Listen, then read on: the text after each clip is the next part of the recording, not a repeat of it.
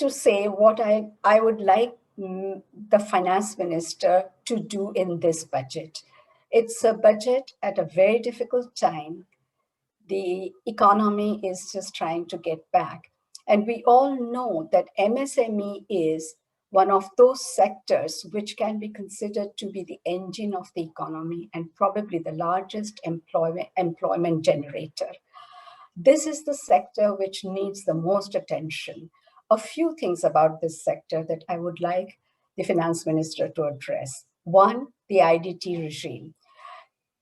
It is felt that they do not get the input credits the way they should be getting immediately. This blocks up their cash flow and the working capital. It is essential that they are given their cash flow, free cash flow, through their credits, IDT credit that is given to them. Also, their compliances in IDT regime need to be much more simplified. Not only IDT regime, also the TDS regime, the TCS regime, the transfer pricing regime, and it would be very good if the advanced tax installments are reduced for them, at least till they reach a critical mass size of a particular threshold turnover or particular size through employees, such that they are in a position to employ full-time professionals.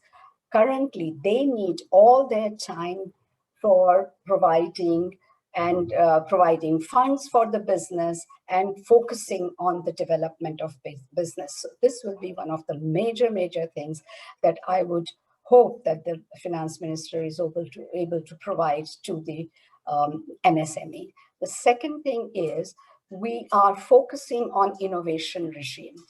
We also have innovation regime in India, special patent box regime for taxation. The innovator only pays 10% tax on the income derived from the patent.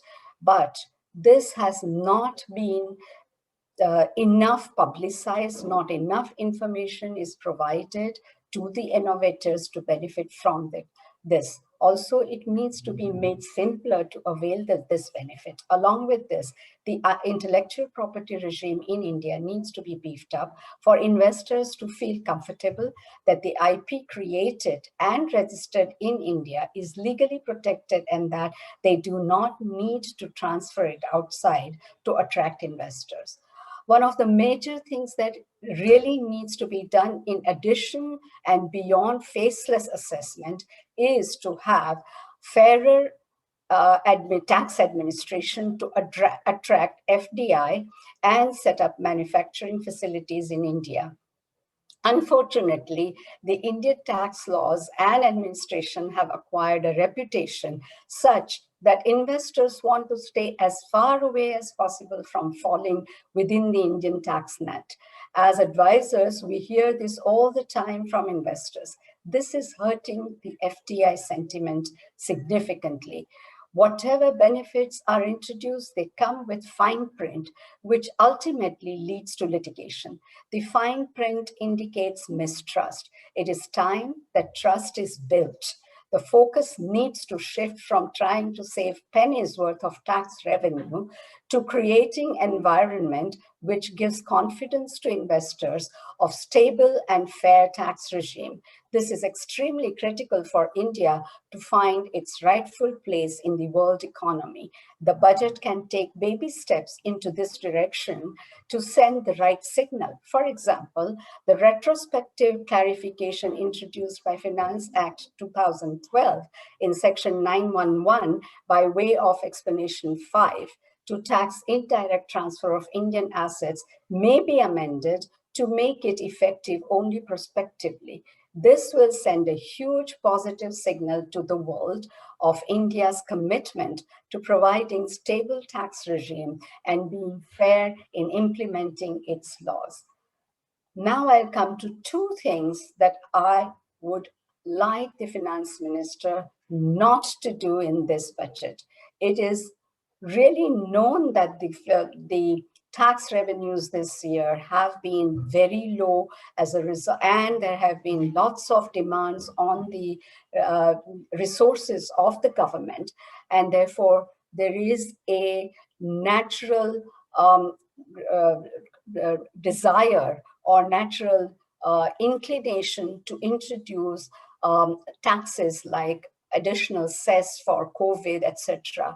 But I would really, really pray that the finance minister does not do that. Cess is not going to produce the huge impact of lack of finance that the government has had. It's not going to fill the gap, but the negative sentiment that it will create will be huge, and government could really do without creating any negative sentiment.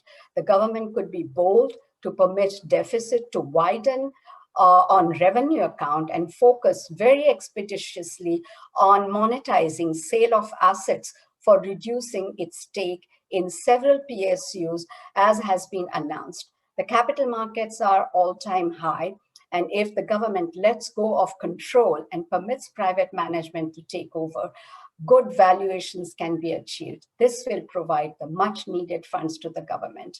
Do not bring any good measures with fine prints conditions which make the measures meaningless. Do not leave anomalies such that relief is given at one hand and taken away through another provision. Umpteen such examples make any good provision suspect of being availed, and this the government can do without. Thank you.